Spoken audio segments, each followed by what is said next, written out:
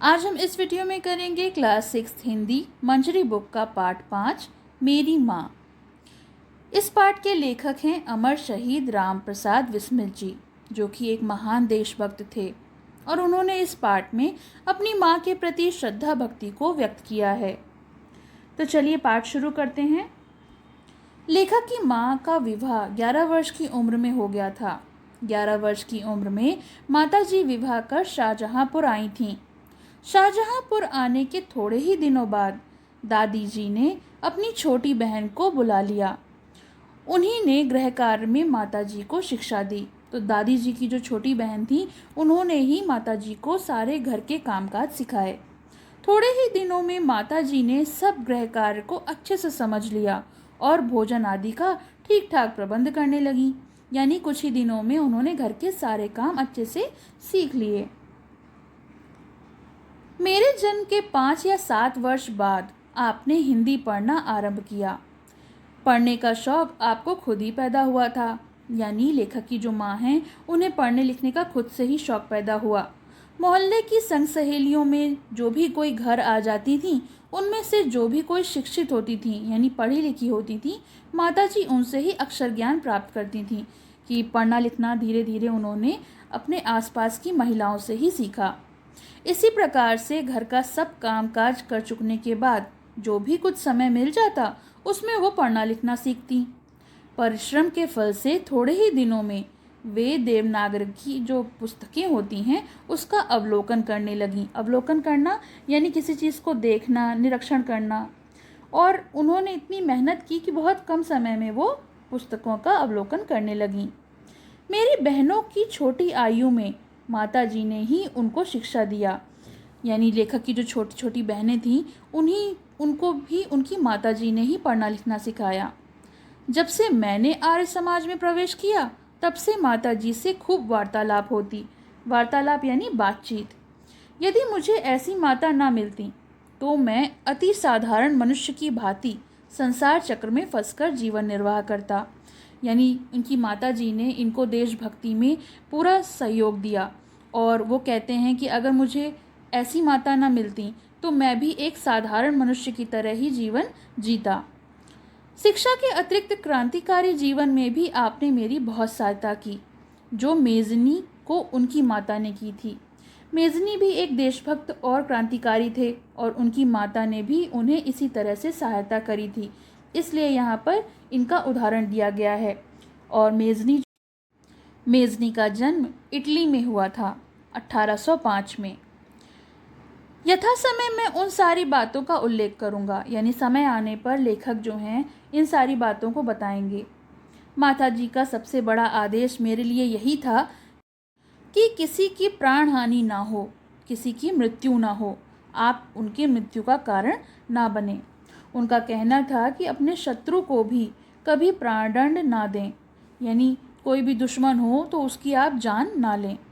आपके इस आदेश की पूर्ति करने के लिए मुझे मजबूरन 2-1 बार अपनी प्रतिज्ञा भंग भी करनी पड़ी, क्योंकि माताजी ने इस तरह की आदेश दिया था उनको। तो जब कभी ऐसा मौका पड़ा कि उन्हें किसी की हत्या करनी पड़े, लेकिन फिर उन्होंने अपनी प्रतिज्ञा को तोड़ दिया और किसी की भी जान नहीं ली। जन्मदात्री जननी, तो जन्म देने वाली माँ, इस जन्म में तो तुम्हारा ऋण परिशोध करने के प्रयत्न करने का भी अवसर नहीं मिला। लेखक कहते हैं कि ये जो जीवन है, उसमें मैं तुम्हारा कर्ज चुका सकूं, ये कोशिश करने का भी अवसर मुझे नहीं मिला, मुझे मौका नहीं मिल सका। इस जन्म में तो क्या, यदि अनेकों जन्मों में भी सारे जीवन प्रयत्न करूं, तो तुमसे उऋण नहीं हो सकता।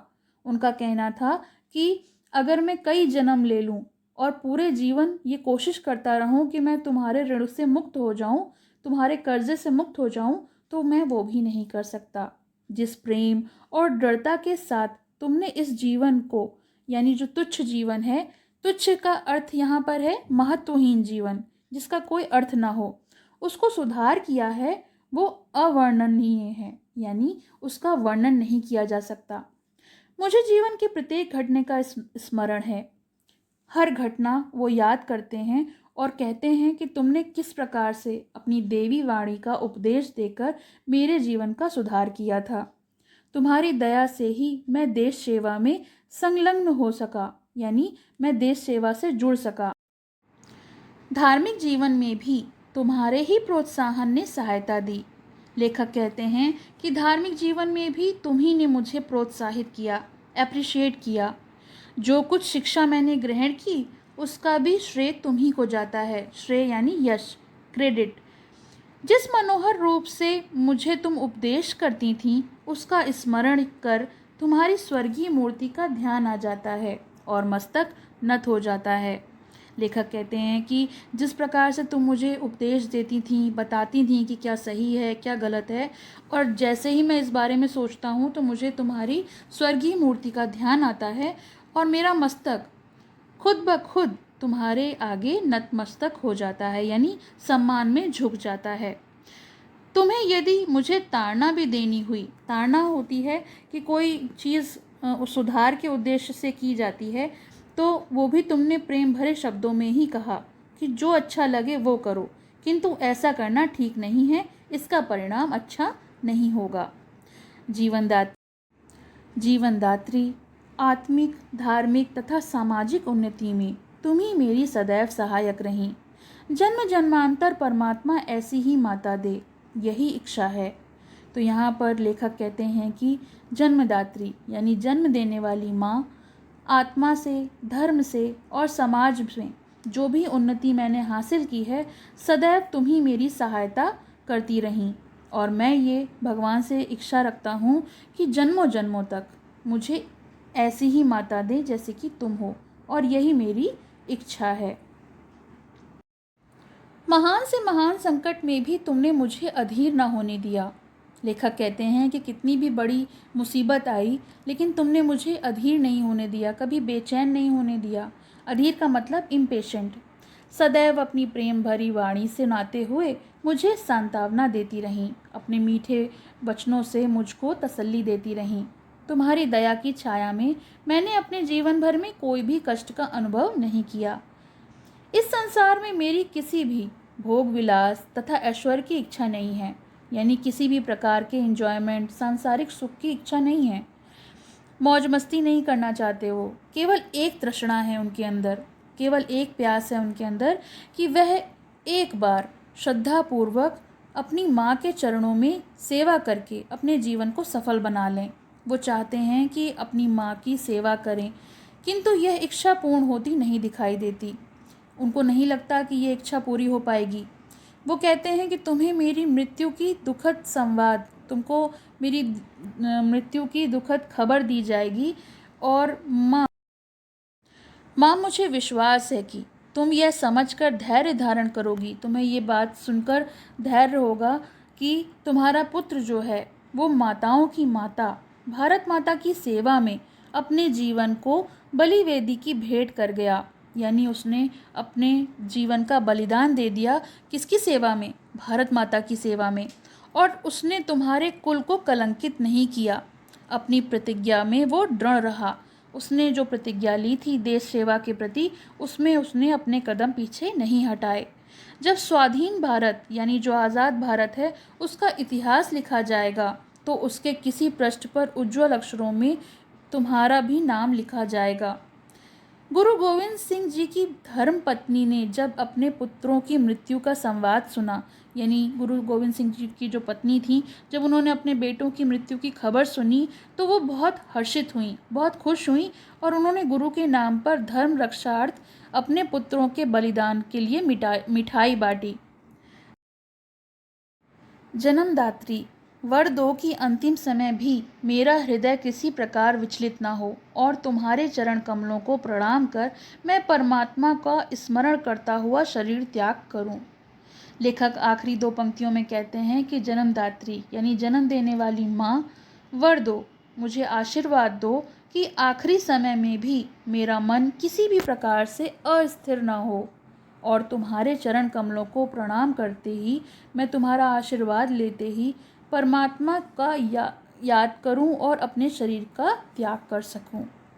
तो जो राम प्रसाद बिस्मिल थे वो एक महान क्रांतिकारी थे, महान देशभक्त थे, जो देश सेवा के प्रति अमर हो गए।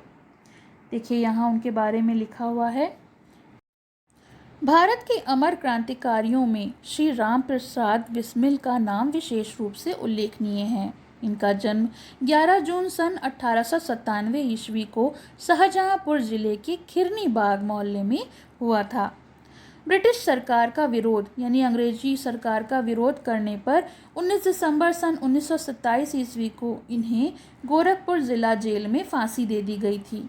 क्रांतिकारी होने के साथ साथ वे साहित्यिक रुचि भी रखते थे और वो उसमें भी धनी और सफल रचनाकार थे।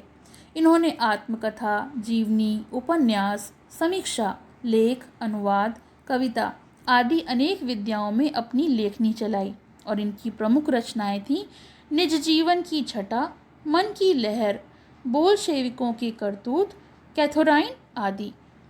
तो ये तो हो गया हमारा पाठ। इसके प्रश्न अभ्यास हम लोग नेक्स्ट वीडियो में देखेंगे, जिसका लिंक मैं आपको डिस्क्रिप्शन में दे दूँगी। आपको ये कैसा लगा ये कमेंट सेक्शन में ज़रूर बताइएगा और आने वाले नए वीडियोस के अपडेट्स आपको मिलते रहें, इसके लिए हम मेरे चैनल को सब्सक्राइब करना ना भूलें और बेल आइकन दबाना ना भूलें। पसंद आया हो तो लाइक करें, शेयर करें और चैनल को सब्सक्राइब करें।